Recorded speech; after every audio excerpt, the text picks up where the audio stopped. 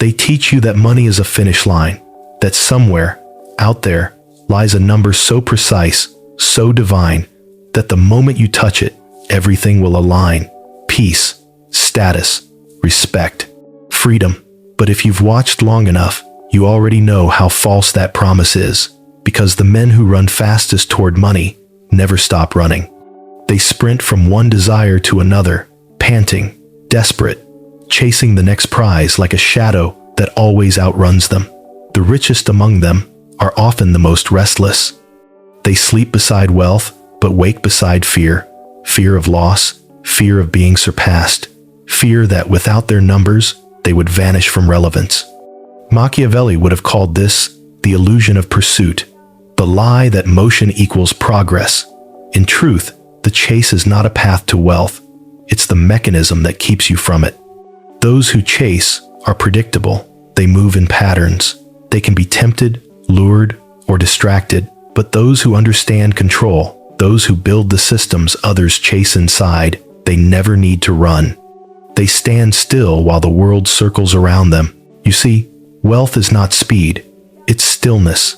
The stillness of someone who no longer needs to prove, only to position. While the crowd sprints for the trophy, the Machiavellian watches the arena itself. He studies who built it, who sells the tickets, who sets the rules. He asks, why compete when I can control the game? The modern world has taught ambition as addiction. Every advertisement, every influencer, every story whispers the same spell. You must have more. And yet, every empire that ever fell not from lack of money, but from excess comfort, excess pride, excess visibility. The Machiavellian doesn't reject wealth. He rejects dependence on it. He knows that if you chase something long enough, it becomes your master. Think of the fisherman in the sea. The fool fights the tide, believing his strength will bend nature. The wise man studies the current, learns its rhythm, and moves with it. Money is the same. It's not conquered by aggression. It's harnessed through awareness. The first lesson of control is patience to delay reaction until others reveal their intentions. Because in a world driven by hunger, restraint is the rarest form of power. Imagine two merchants in Florence, 1500s. One sells spices in the market, shouting prices, bargaining, sweating under the sun. The other sits in silence, lending gold to the same men who buy spices. When the market closes, who holds power? The one with the louder voice, or the one who owns the debt behind it? The first feels rich in the morning. The second is rich at night. That difference between looking wealthy and owning wealth is where Machiavelli's philosophy begins. Control, in his eyes, was never about domination. It was about architecture, the design of invisible leverage. He didn't see wealth as a trophy, but as an instrument. The instrument could be used to silence an enemy, reward an ally, or buy time itself, because money, unlike muscle or politics, operates in silence. It whispers where words would provoke. It persuades without confrontation. This is what most people miss. They think getting rich means accumulating, but true wealth is not accumulation, it's insulation, the distance between you and dependence. The more layers you build between your survival and the approval of others, the freer you become. When your income depends on applause, you are a performer. When your wealth depends on systems you control, you are a strategist. There's a paradox hidden in this. To master money, you must stop needing it emotionally. You must view it like a surgeon views a scalpel. Precise, cold, effective, but never personal.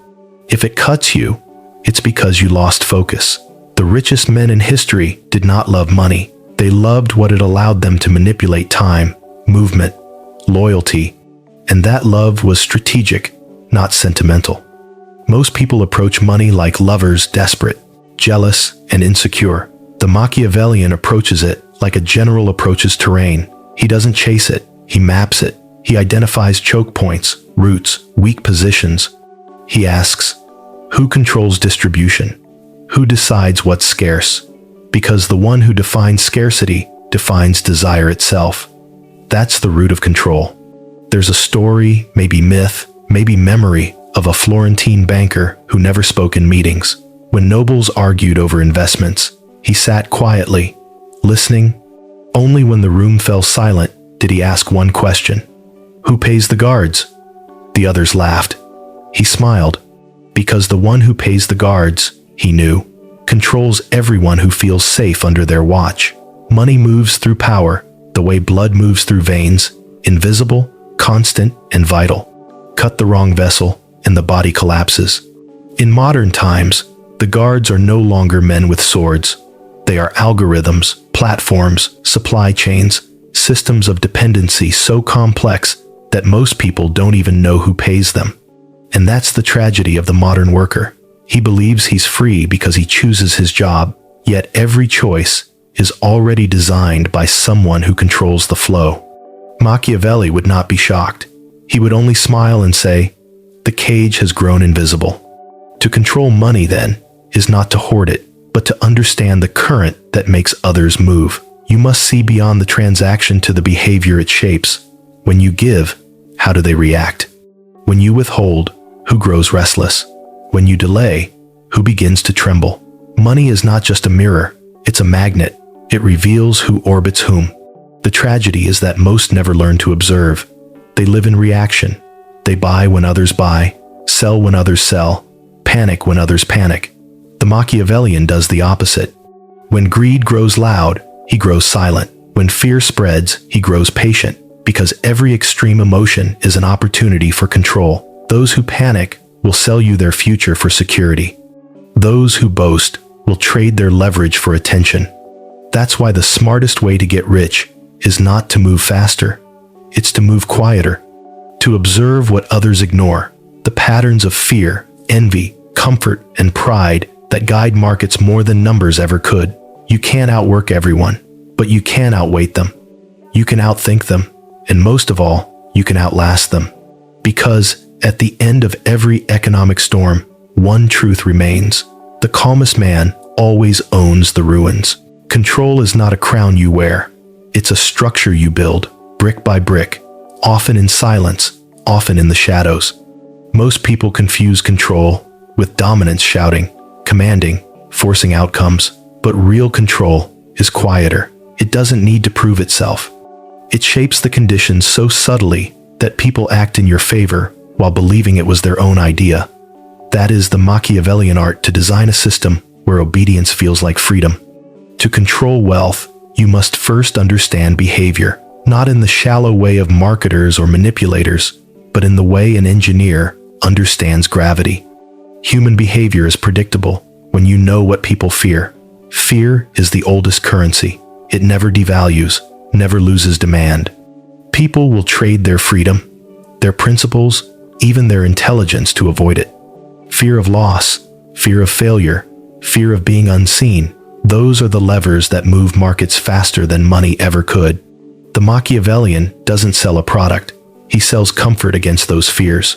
Sometimes that comfort is wrapped in a contract, sometimes in a dream, sometimes in the illusion of belonging. The form doesn't matter, only the dependency does. Because dependency is the purest expression of control.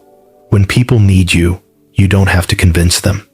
They'll convince themselves that serving you is noble. Every empire, from Rome to Silicon Valley, is built not on force, but on dependency. Force exhausts itself. Dependency renews itself. When a man believes he chooses to obey, you've already won. And the most effective way to ensure this belief is to give him just enough autonomy to feel powerful, while making that autonomy irrelevant to the system you built. That's how control works. It doesn't remove freedom, it renders it meaningless. Machiavelli understood this centuries before algorithms and data. He wrote of princes who let their subjects keep small comforts while slowly stripping away real influence. Bread, festivals, taxes, the perfect balance between satisfaction and subservience. Today, the mechanisms have changed, but the principle hasn't. Wealthy nations pacify citizens with convenience. Corporations feed them purpose through slogans. Influencers sell them the illusion of independence through consumption. The result is the same. People who think they're free while kneeling to invisible masters. To rise above this system, you must study it without emotion. The Machiavellian doesn't resent the powerful, he dissects them. He watches how they allocate attention, how they structure ownership, how they control flow without ever appearing in the transaction. You'll notice something strange. The true elite rarely appear on the front lines. They fund both sides of the game. They don't chase applause, they own the stage. In every industry, there are two kinds of players, the visible and the invisible. The visible ones talk about innovation, hustle, leadership. The invisible ones own the patents, the data, the channels. The visible ones rise and fall with trends. The invisible ones persist through centuries. Control, therefore, is not about visibility, it's about direction. You can't steer a ship if you're busy waving from the deck. But control isn't built overnight. It requires a blueprint, a structure of leverage. First, you build awareness, understanding who moves and why. Then, you acquire influence, small, targeted authority in key places. Finally, you design invisibility, removing your name from the outcomes you command. That's when power matures. The Machiavellian doesn't crave recognition. He craves permanence. Recognition fades, permanence multiplies. You might admire a CEO. You'll never meet the shareholder who controls him. And that shareholder, you can be sure, doesn't chase headlines, he designs them. Control begins with the self. Before you can bend others, you must stop bending to impulses. A man ruled by urgency is easy to predict. A man who can delay gratification, who can silence reaction, becomes unreadable. That unreadability is terrifying to those who seek advantage over you. The disciplined are dangerous, not because they act, but because no one can tell when they will. Imagine a negotiator sitting across from a desperate buyer. The buyer fidgets, calculates, pleads.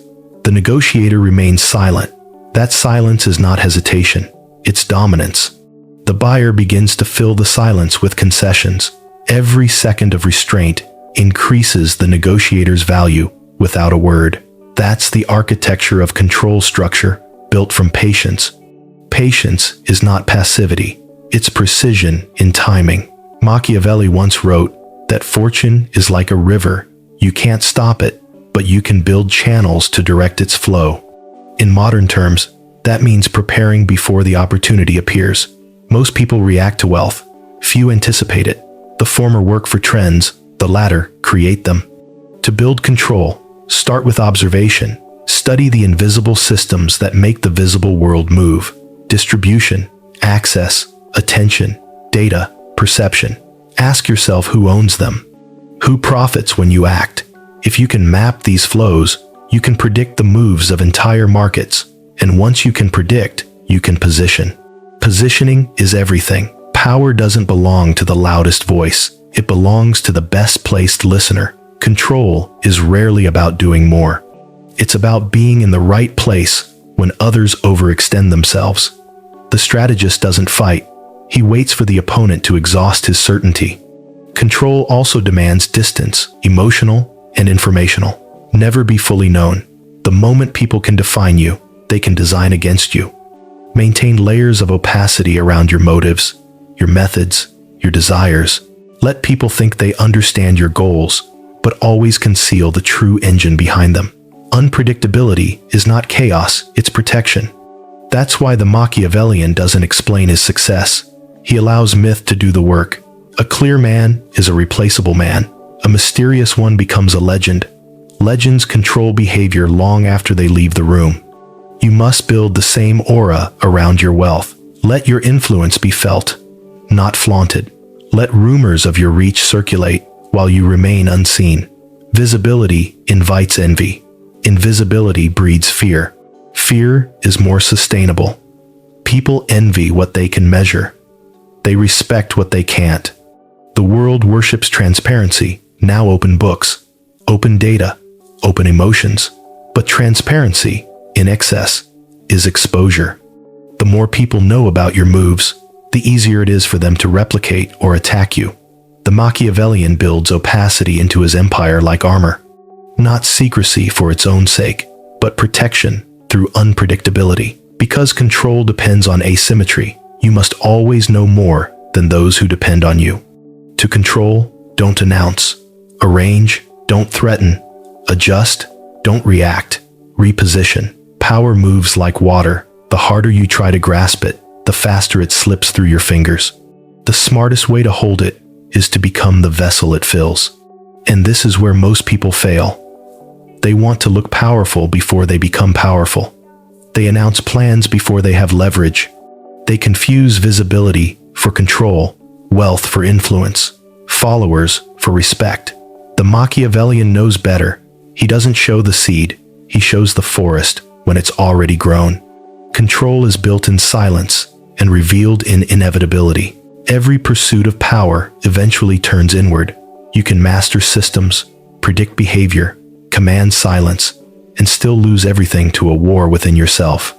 The battlefield of control isn't outside. It begins in the mind that seeks to control. Machiavelli knew this well. He saw princes fall, not because of rebellion, but because they became slaves to their own appetites, the lust for validation, the addiction to approval, the fear of insignificance. A ruler undone by desire is no ruler at all. He is merely a servant with better clothes. Detachment, then, is not indifference. It is precision. It is the art of standing so still inside chaos that the chaos starts to orbit you. It is knowing that wealth is not your identity, power not your reflection, influence not your worth. To control money, you must stop worshiping it. To control people, you must stop needing them. To control your destiny, you must stop reacting to every provocation that seeks to claim your attention. The world rewards reaction. It calls it passion, ambition, drive. But reaction is the opposite of control. Every time you react, you surrender authorship of your own mind. That's why Machiavelli valued patience over passion, observation over outrage. The patient man can weaponize time. The passionate man burns it. Detachment does not mean apathy. It means awareness without submission. When markets crash, when friends betray, when fortune turns, the detached man observes, recalculates, and adjusts. He does not drown in panic or cling to pride. He does not ask, "Why me?" He asks, "What next?" Because he knows that everything external is temporary. The only true asset is the ability to remain composed when the world becomes unrecognizable. Imagine a merchant in Renaissance Florence whose ships vanish in a storm. His peers weep, curse, beg for divine mercy. But he does none of that. He returns home, opens a bottle of wine, and studies the ledger by candlelight. The storm, he says to his apprentice, was just an audit. By dawn, he's already charting a new trade route. That's the essence of detachment, responding to loss as a strategist, not a victim. In the modern world, storms come in the form of trends, scandals, market crashes, and emotional manipulation. Entire industries are built to provoke reaction, headlines crafted to ignite outrage, products designed to trigger envy, digital platforms engineered to reward insecurity. Each click, each swipe, each outburst is a small surrender. Control begins the moment you stop giving those impulses your obedience. The Machiavellian treats emotion like a signal, not an instruction. Anger says someone has found your weak point. Envy says someone has shown you what you secretly desire. Fear says you've attached your peace to something fragile. Each emotion is intelligence, if you learn to read it instead of obey it. Detachment is the discipline of converting emotion into insight. There's a story told in fragments about a Florentine noble who lost everything in exile. When his servants abandoned him, he wrote a single line in his journal: "They were never mine, only rented by circumstance." That's the Machiavellian way. He didn't weep over loyalty, he studied its price. He understood that every relationship, every alliance, every comfort carries a cost. Detachment allows you to measure that cost without illusion. In business, in love, in politics, the moment you believe something is irreplaceable, you've surrendered leverage. The Machiavellian never says, "I can't lose this." He asks, "What happens if I do?" And if the answer is chaos, he prepares long before chaos arrives. That's the quiet secret of all enduring power: redundancy. He builds systems that outlive emotion, relationships that outlast convenience, and identities that survive reinvention. Detachment doesn't mean you feel nothing. It means your feelings don't negotiate your future. The detached man can still love, still trust, still dream, but he does so with awareness. He understands that people change, markets turn, time erodes. So he loves strategically, invests intelligently, and dreams in frameworks, not fantasies. Machiavelli would say, control without detachment is vanity, because once your ego enters the transaction, you've already lost objectivity. The man who needs to win at all costs is easier to defeat than the one who knows when to walk away. The one who can endure temporary loss without panic is the one who dictates the final outcome. There's an elegance in walking away untouched. To leave a room, a deal, or a relationship without carrying resentment is the highest form of wealth. The poor man clings, the rich man controls, the wise man lets go. Detachment is the bridge between richness and wisdom. Without it, every gain becomes a new prison. To master detachment, practice invisibility in small ways. Say less than you know, spend less than you can, reveal less than you own. The world cannot manipulate what it cannot measure. Every secret you protect becomes a wall around your peace. Every emotion you master becomes a weapon others cannot use. Think of a man standing at a poker table. The amateurs laugh, cheer, celebrate every card. The Machiavellian watches quietly, revealing nothing. His strength is not in the cards, but in the stillness behind his eyes. That stillness unsettles others. They begin to project their own fears onto him. And while they chase the illusion of luck, he studies their patterns. He knows that chaos is just noise for the untrained. For the disciplined, it's information. Detachment also means freedom from identity. The modern man clings to titles: CEO, investor, influencer, visionary, believing labels give him stability. But the more labels you wear, the easier it is for others to control you.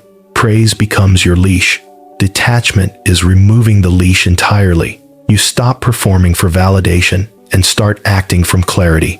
When they can't predict what you value, they can't manipulate you. This is why the most dangerous individual in any hierarchy is the one who can't be bribed by comfort or shamed by loss. When a man no longer fears losing his reputation, his wealth, or his approval, he becomes uncontrollable. The system doesn't know what to do with him. That's the highest form of power, not authority, not influence, but psychological immunity. Machiavelli would have called it the sovereign mind, a state where your emotions, your desires, and your fears all obey you, not suppressed, but directed, like a general commanding armies of instinct. When you reach that point, wealth becomes effortless. Opportunities gravitate toward calm. People trust the one who never panics. Markets reward the one who doesn't flinch. You stop chasing because you've become the gravitational center others orbit. That is the essence of Machiavellian detachment, to be the calm inside every storm, the observer behind every frenzy, the one whose value grows as others lose control. Because control of others begins with control of self. And until you've conquered that invisible empire within, every fortune you build will secretly own you. When you finally stop chasing, the world begins to reveal its structure.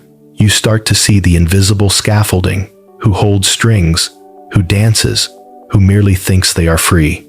Most people spend their entire lives trapped in someone else's architecture, mistaking participation for control. But the Machiavellian knows the final stage of wealth isn't possession. It's sovereignty, the ability to move through the world, untouched by its seductions, unshaken by its storms, and uninfluenced by its noise. Sovereignty begins when control turns inward and then outward again, like breath. You learn to command yourself first, then your environment. You become the one who no longer reacts to circumstance, but dictates it.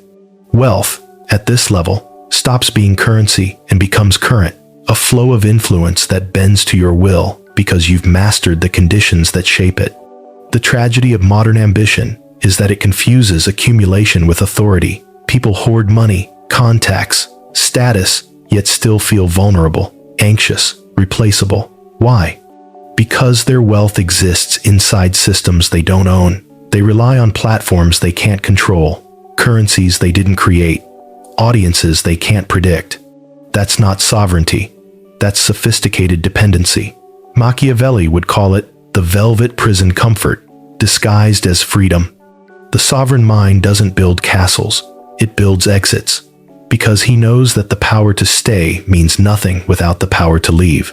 He can walk away from any deal, any empire, any alliance, because his identity is not tied to the structure, it's tied to the design. And he can always design again. Look at the history of every great strategist. Their true genius was not in building empires, but in surviving their collapse. When Caesar crossed the Rubicon, he understood something: timeless control is not found in the safety of rules, but in the courage to redefine them. Wealth, in the same sense, is not the security of possessions, but the flexibility of position. The sovereign man owns less, but commands more. He knows that control is not about ownership, it's about influence. You don't need to hold every piece, you just need to decide how the board moves. Like the Medici, who owned not kingdoms, but debts, who ruled not by decree, but by dependence. They never needed to be kings, because kings owed them money. That is sovereignty, to be above the visible hierarchy, because the visible must depend on you to exist. In modern terms, it's the investor who funds both competitors, the founder who creates infrastructure others can't leave, the creator whose silence shifts markets more than others' noise. Sovereignty is not applause, it's inevitability. You don't compete, you define the conditions of competition. But there's something deeper here, something beyond strategy. The final form of control isn't about others at all, it's about peace. The world is full of rich men who are still poor in serenity. They chase more zeros, more deals, more proof that they still matter. But the sovereign mind doesn't need proof. He doesn't need the chase because he is the prize. He has learned that freedom is not the ability to do whatever you want. It's the absence of compulsion to do what you don't. Sovereignty means this: nothing owns your mind. Not desire, not fear, not validation, not memory. You become a ghost in the system, untouchable, unhurried, and unshaken. That doesn't mean you disappear. It means you can appear anywhere and make impact without exposure. You control through subtlety, through direction, rather than declaration. Machiavelli's genius was not cynicism, it was clarity. He understood that morality without power is fragility, and power without restraint is suicide. Sovereignty sits between those extremes, power guided by perspective, ambition tempered by awareness. It is a paradox. The moment you no longer need control, you gain it completely. Consider a man who builds an empire, then hands it to others while keeping the one thing they can't replicate: the network, the wisdom, the philosophy. He loses nothing because his wealth was never in the structure, but in the pattern. The sovereign doesn't fear replacement because his influence is structural. Replace the players, the rules remain his. The same applies to life itself.